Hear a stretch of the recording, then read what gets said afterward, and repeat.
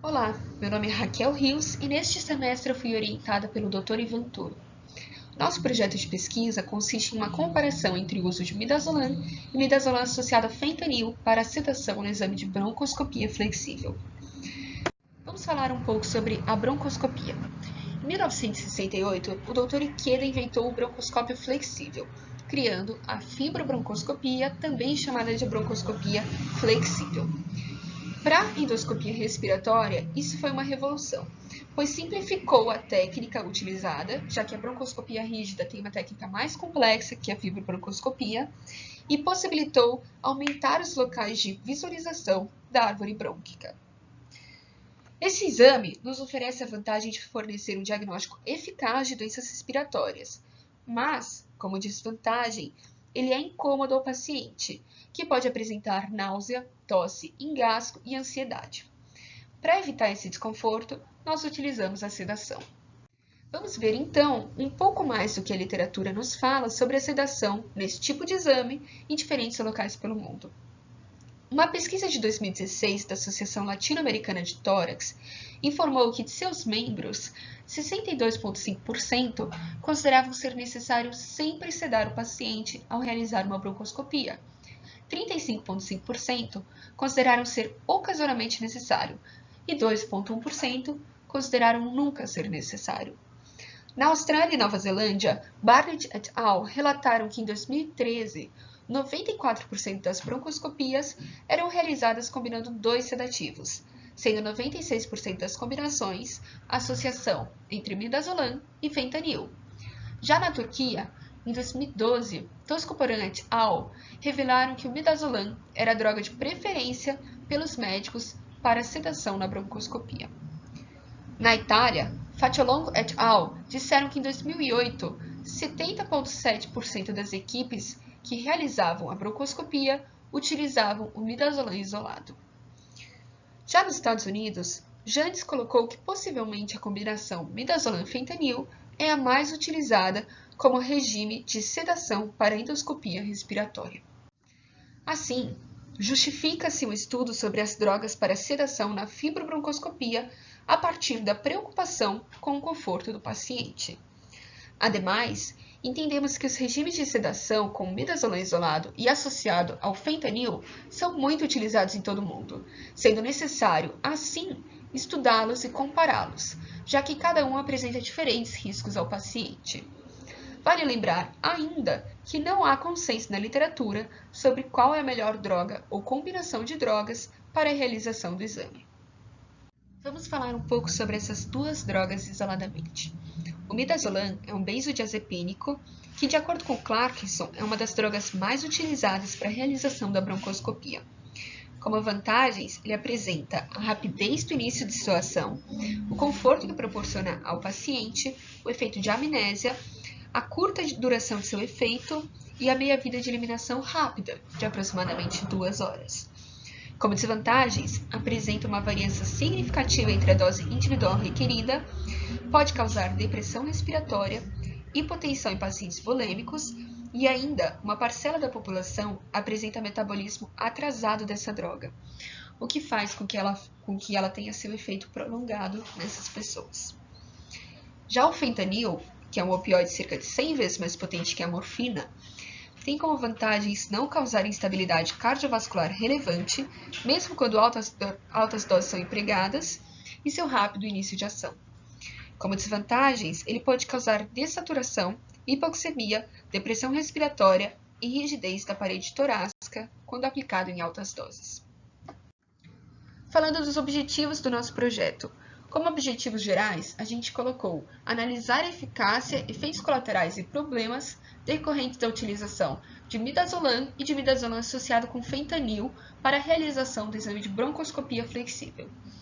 Já como objetivos específicos, nós temos estabelecer, por meio da comparação entre a associação de midazolam e fentanil e uso único de midazolam, qual seria a melhor forma de sedação para o exame de fibrobroncoscopia, sempre focando no bem-estar geral percebido pelo paciente. Como garantia ética, esse estudo será aprovado pelo CEP. Nós garantimos que ele seguirá as determinações da Declaração de Helsinki e da Resolução CNS número 466/12 e complementares. Além disso, todo o nosso projeto foi pautado na literatura, e as drogas nele estudadas são conhecidas, com manipulação e efeitos bem descritos, estando as equipes de saúde do HC totalmente preparadas para sua utilização e para assistir o paciente, o que garante a sua segurança. Ainda, todo paciente que participar desse estudo será devidamente informado sobre o que ele é e quais são os riscos da sedação. Seu anonimato será garantido, tal como a dignidade e respeito serão sempre mantidos. Só participarão do estudo aqueles que voluntariamente consentirem.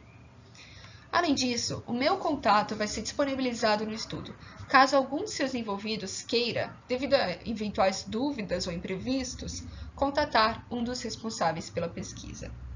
Para a pesquisa, obteremos um N de 80 pacientes submetidos à fibrobroncoscopia no setor de broncoscopias do HC da Unicamp. Incluiremos pacientes com idade entre 18 e 65 anos, que apresentem nível de saturação acima de 92% e que consintam em participar. Excluiremos aqueles que realizem o exame por motivo de urgência, que apresentem hipotensão, intolerância a opioides e ou benzodiazepínicos, ou que tenham feito uso prévio recente de opioides e ou benzodiazepínicos. O estudo será realizado distribuindo os pacientes por sorteio, que será realizado pelo próprio paciente, em 2 grupos. O grupo A receberá doses de 0,3 a 0,5 mg de midazolam isolado por quilograma corporal. E o grupo B receberá essa mesma dose de midazolam associado à dose de 0,01 até 0,02 mg de fentanil por quilograma corporal. Em ambos os grupos, utilizaremos até 20 ml de lidocaína local a 1%. Para a coleta de dados, nós criamos 2 tabelas. Essa apresentada nesse slide é a primeira, a ser preenchida antes do exame, com informações coletadas pela equipe de saúde sobre o paciente, sendo essas: as iniciais de seu nome, seu número no HC, etnia, idade, sexo, hábito de tabagismo, doenças prévias, medicações e indicação do exame. Posteriormente ao exame, essa outra tabela será preenchida pela equipe de saúde, com informações acerca da broncoscopia e da recuperação do paciente, a partir do relato do próprio paciente, da equipe de saúde e do médico responsável pela broncoscopia. Serão feitas 5 perguntas fechadas a serem respondidas com sim ou não direcionadas ao paciente, sendo essas: o senhor ou a senhora se recorda da realização do exame? O senhor ou a senhora sentiu algum desconforto durante o exame? O senhor ou a senhora sentiu algum desconforto após o exame? O senhor ou a senhora acordou se sentindo bem após o exame? O senhor ou a senhora considera que demorou para se recuperar da sedação? O senhor ou a senhora realizaria novamente o exame caso fosse necessário? Haverá também uma pergunta aberta, caso ele queira relatar algo, sendo essa: o senhor ou a senhora gostaria de ressaltar alguma sensação decorrente da sedação a qual foi submetido para o exame? Ademais, a equipe de saúde e o broncoscopista responderão 3 perguntas fechadas com sim ou não, sendo essas: o exame ocorreu sem grandes complicações? Foi possível finalizar o exame? Ocorreu qualquer complicação durante o exame? E ainda 2 perguntas abertas, sendo elas: qual foi o tempo de recuperação do paciente da sedação? E, caso tenha acontecido alguma complicação, descreva. Quanto às datas, esse é o cronograma que estabelecemos para a pesquisa. A redação do projeto foi feita de março a julho de 2020. A submissão ao CEP ocorrerá de agosto a setembro de 2020. Para a coleta de dados, estipulamos o prazo de outubro a dezembro de 2020. A análise estatística será em janeiro de 2021 e os resultados e a redação final em fevereiro de 2021.